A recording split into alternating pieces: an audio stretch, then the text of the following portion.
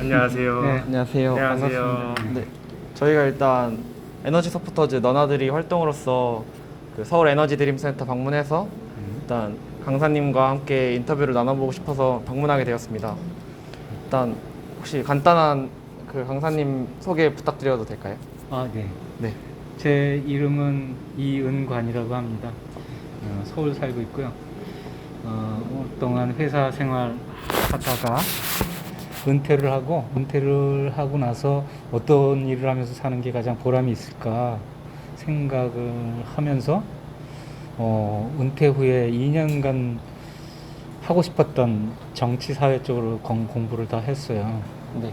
대학교에서. 그리고 졸업을 하고 마침 찾아진 일이 이 커멘테이터 일인데, 미국에 오래 살았다는 이유로 영어로 외국 분들이 오면 여기 기후변화와 에너지에 대한 얘기를 해줄 수 있는 커멘테이터를 찾고 계시더라고.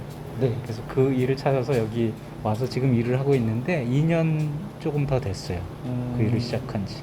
근데 코로나 때문에 지금 외국 손님들이 거의 안 와서 개점 휴업 상태입니다. 오케이.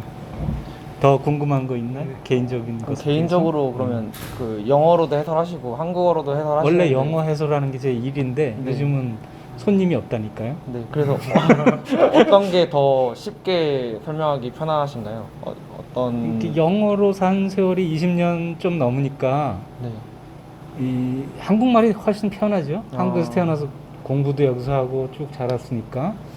그런데 이제 용어, 에너지 환경에 대한 용어를 지금 한국말 용어가 바로바로 안 나오는 그런 불편함이 있죠. 그러니까 뭐라고 딱 잘라서 얘기하기 어렵네. 근데 주로 여기 이 건물에 오는 손님들은 학생들이 많아요. 뭘 배우러 오니까. 네.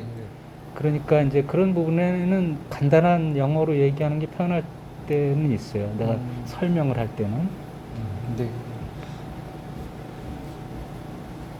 그러면은 이제 간단하게 강사님 소개도 하셨으니까 혹시 서울 에너지 드림 센터를 방문하는 사람이나 아니면 이제 방문 예정인 사람들에게 혹시 에너지 드림 센터에 대한 소개를 잠시 부탁드려도 될까요? 네, 저도 여기 시작한 지 2년밖에 안 됐으니까 여기 먼저 와 계신 선생님들한테 많이 배우고 또 여기 직원분들한테 매우 많이 배웠는데, 그걸 기초로 말씀드리면 이 건물이 2012년도에 완공이 됐어요. 네. 서울시에서 지은 건데, 이 건물을 짓는데 설계에서부터 완공까지는 한 4년 이상 긴 세월이 걸렸다 그래요. 네. 이 디자인부터 여기 들어가는 기술적인 요소들이 많을 거 아니에요. 네. 그 기술적인 요소들에 대해서는 한국 기술이 좀 모자라가지고 독일 기술자들하고 미국 기술자들이 와서 같이 일을 했다 그래요. 그래서 2012년 말에 완공을 하고 오픈을 했는데, 이거 지어진 목적이 시민들하고 기후변화에 대해서 또는 기후변화에 아주 밀접한 연관이 있고 주요인인 에너지 사용 문제, 이런 것들을 같이 시민들에게 알려주고 같이 앞으로 서울시가 나갈 방향, 에너지 정책, 국가 에너지 정책, 이런 것들을 같이 이야기할 수 있는 공간으로 활용하기 시작한 데예요. 그래서 이게 그 굉장히 시민들 입장에서는 귀중한 공간이고 의미가 있는 공간이고 또 배울 게 많은 공간이에요, 사실은. 그래서 이용률이 많이 높아졌으면 좋겠어요, 제 개인적으로 보면. 그런데 많이 안 찾아와요. 요즘 코로나 때문에 더 그렇지만 일반 시민들이 좀 더 에너지 환경에 관심을 갖고 여기 와서 저희들하고 많은 이야기를 나누면, 그리고 또 돌아가서 이웃들하고 더 많이 나누면 우리가 서스테이너블한 지구를 지키는데 훨씬 도움이 많이 되지 않을까, 이런 기대를 갖고 있는데 네. 아직은 그렇게 만족스럽진 않아요. 맞아요. 코로나 때문에 사람들이 많이 방문 안 해가지고. 그래요. 그러면 혹시 그 외적인 질문이긴 한데 그 여러 가지 기술들이 많잖아요. 이 서울 에너지 드림 센터에. 그 기술들 중에 가장 약간 만족스러워하시는 기술이나 뭐 예를 들면 그 중정에 햇빛 들어오는 거 비롯해서 뭐 자동으로 관리해주는 시스템이나 뭐 이런 것 중에서 가장 마음에 드시는 시스템이 혹시 있으실까요? 글쎄, 저는 그렇게 약간 이렇게 순서를 세우고 1등 몇 등 이런 거 하는 거 정말 싫어하거든요. 그래서 그렇게는 대답을 안 할 거예요. 네네네. 여러 가지들이 합쳐져서 의미 있는 가치 있는 일을 하는 게 중요하니까요. 네. 이 건물에 포함된 요소들은 다 중요해요. 네. 그 중에서 더 중요하다고 생각하는 거는 에너지를 절감할 수 있는 기술. 그걸 크게는 뭐 패시브 엘리먼트다, 액티브 엘리먼트다 이렇게 나눠서 이야기를 하지만 그건 좀 건축 전문 용어긴 해요. 네. 우리가 전기 회로를 해도 그 수동 소자, 능동 소자 그러잖아요. 그 똑같은 개념이에요. 그 건축물도 이렇게 한번 설치해 놓으면 꾸준히 그 일을 반복적으로 하는 애가 있죠. 네. 또 액티브는 어떤 액티브하게 일을 하는 소자라고 이해를 하는 거죠. 건축물도 그래요. 근데 그 중에 어느 게 이쁘다, 아니다 이런 거는 잡음이 들려서. 네. 예. 건축물에도 그런 요소들을 가지고 이걸 설계를 하는데 다 합쳐서 하나의 제일 중요한 목표. 어떻게 하면 에너지를 조금 쓰고도 살 수 있는 건물을 만들 거냐. 이런 관점에서 보면 각 요소들이 하나하나 다 재미있고 의미가 있고 그래요. 네. 또 하나는 어떻게 하면 친환경 에너지를 만들어서 에너지를 공급을 할 거냐. 그런 측면에서 액티브 소자 중심으로 태양광 발전은 또는 땅 속에 있는 히트 에너지를 어떻게 활용을 할 거냐. 또는 그런 것들 있잖아요. 라이트 에너지를 어떻게 우리가 잘 활용을 할 거냐. 이런 관점에서 보면 요소마다 참 배울 게 많아요. 에너지라는 건 사실 과학의 가장 기초 중에 기초가 되는 그 개념이고 네. 지식이잖아요. 네. 근데 상상외로 일반인들이 에너지에 대해서 몰라요. 맞아요. 에너지가 뭔지. 근데 이런 공간에 와서 가만히 생각하다 보면 그게 클리어하게 이제 개념을 잡을 수 있거든요. 네. 그래서 그런 쪽으로도 의미가 있는 공간인 것 같아서 어느 게 좋다 나쁘다 말 안 할래요. 여기 있는 기술들 다 맞아요. 의미가 있는 기술들이에요. 네. 그러면 이제 이 기술들이 모여져서 이제 제로 에너지 건축물로서 여기가 운영되고 있는데 그 제로 에너지 네, 제로 에너지 빌딩이라는 게 뭐냐? 네. 네. 지로라는 말은 0이라는 말이고 에너지는 우리가 일반인들이 많이 모르긴 하지만 네. 일을 할 수 있는 능력이라고 우리가 디파인 하죠. 네. 이 일을 할 수 있는 능력 그게 제로 돼. 그럼 지로 에너지 빌딩이 돼. 말이 좀 어려워요. 그죠? 단어만 간단히 해석을 하자면 이런 거예요. 이 건물 안에서는 많은 일을 해야 돼요. 그렇죠? 네. 일을 안 하는데 건물을 지을 이유는 없잖아요. 건물을 지었다는 얘기는 사람들이 그 안에서 무슨 일인가를 해야 돼요. 꼭 사람이 아니더라도 기계가 일을 하더라도. 그럼 일을 한다는 얘기는 에너지가 필요하다는 거죠. 네. 근데 그 에너지는 건물 안에서 많이 쓸 텐데 그럼 그 에너지를 어디서 가져올까? 우리가 지금 문제가 돼 있는 화석 연료 에너지로 주로 전기로 막 바꾸어서 네. 전기 에너지로 공급해서 쓰고 있죠. 네. 주변의 빌딩들이나 아니면 자기 주택을 봐도 그렇죠.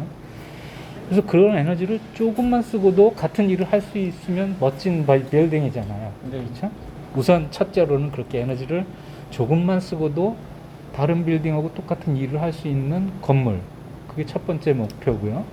두 번째, 그러면 이렇게 줄였어. 에너지 디맨드를 줄였다 그러죠. 에너지 수요를 줄이고 난 다음에 그 수요가 되는 에너지를 과거에 우리가 석탄 떼서 만드는 전기가 아니고 네.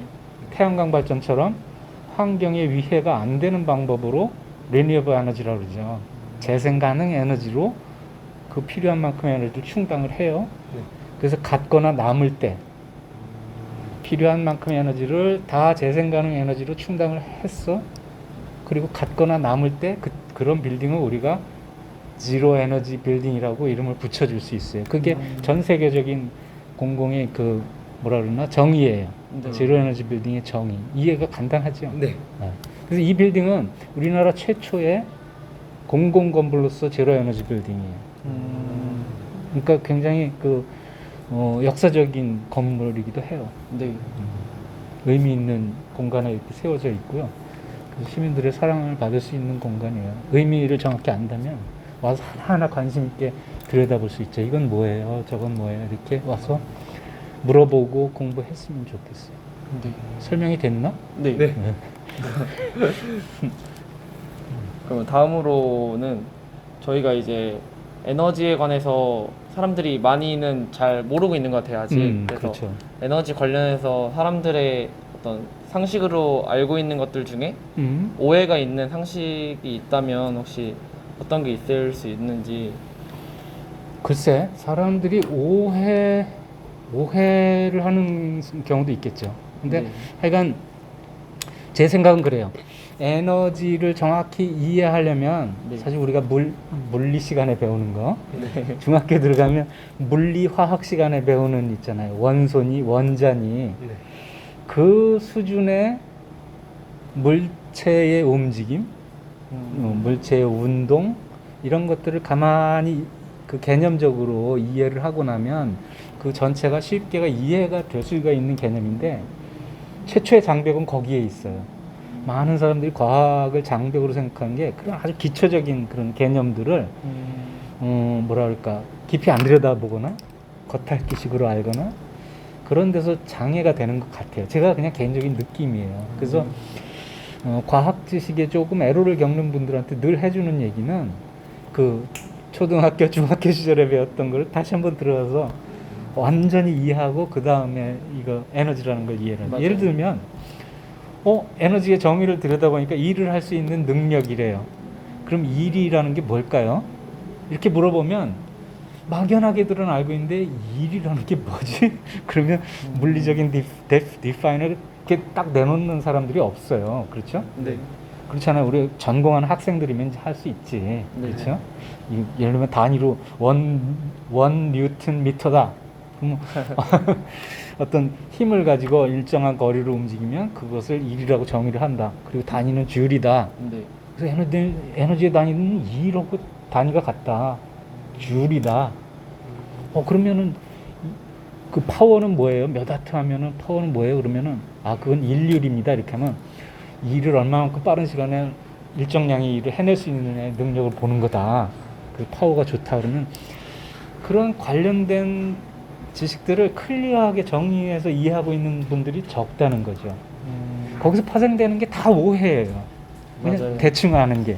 그래서 제가 조금 안타까운 적이 많이 있는데, 그래서 제가 이제 많은 분들하고 이야기를 하면서 드리는 얘기는 그런 기초적인 개념을 차근차근, 이게 어려운 게 아닌데 처음에 좀 차근하게 이해를 하고 나면 이런 거구나 하고 우리가 대화를 하는데 굉장히 빨리 할 수 있죠. 효율적으로 할 수 있죠. 맞아요.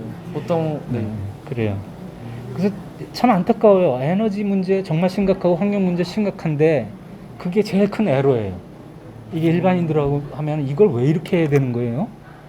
그럼 그거를 이렇기 때문에 이런 겁니다 하고 누구나 끄떡끄떡 하는 상태까지 가기가 힘들다는 거죠. 그래요. 예를 들면 그린하우스 가스가 왜 문제가 돼요? 그럼 그린하우스 가스는 이산화탄소, 메탄 같은 가스들이 대기 중에 올라가서 이렇게 떠 있는데요.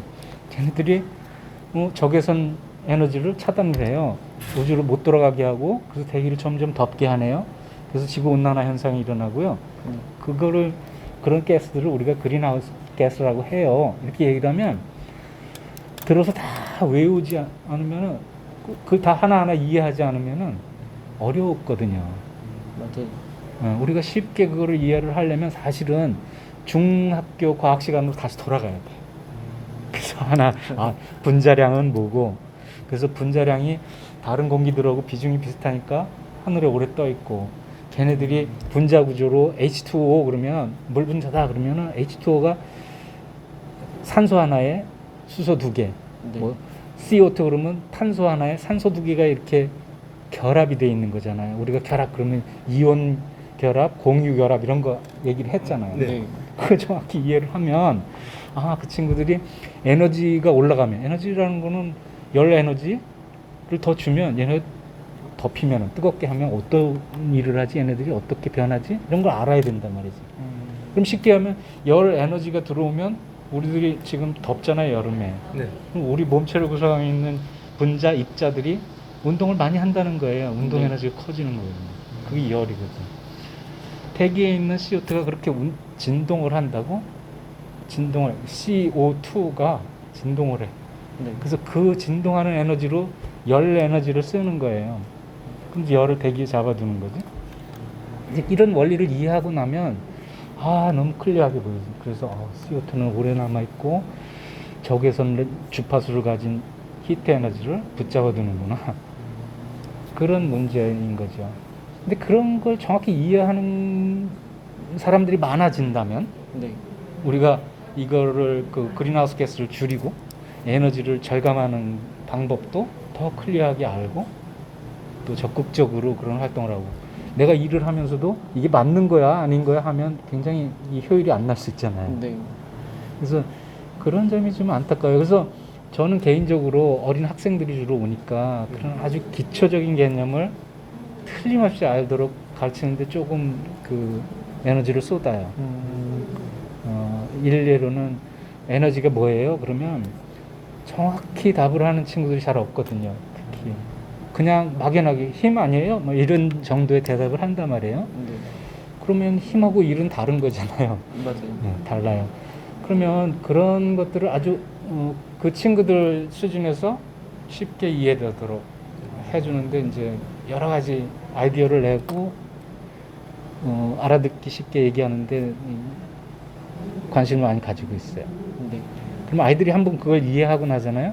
그러면 자기네들이 막연하게 알았던 것들을 다 이제 이렇군요 이렇게 되더라고요. 네. 네. 그래서 그런 게 난 중요하다고 생각해요. 공부하는 학생들이니까 너무 잘 알 거야.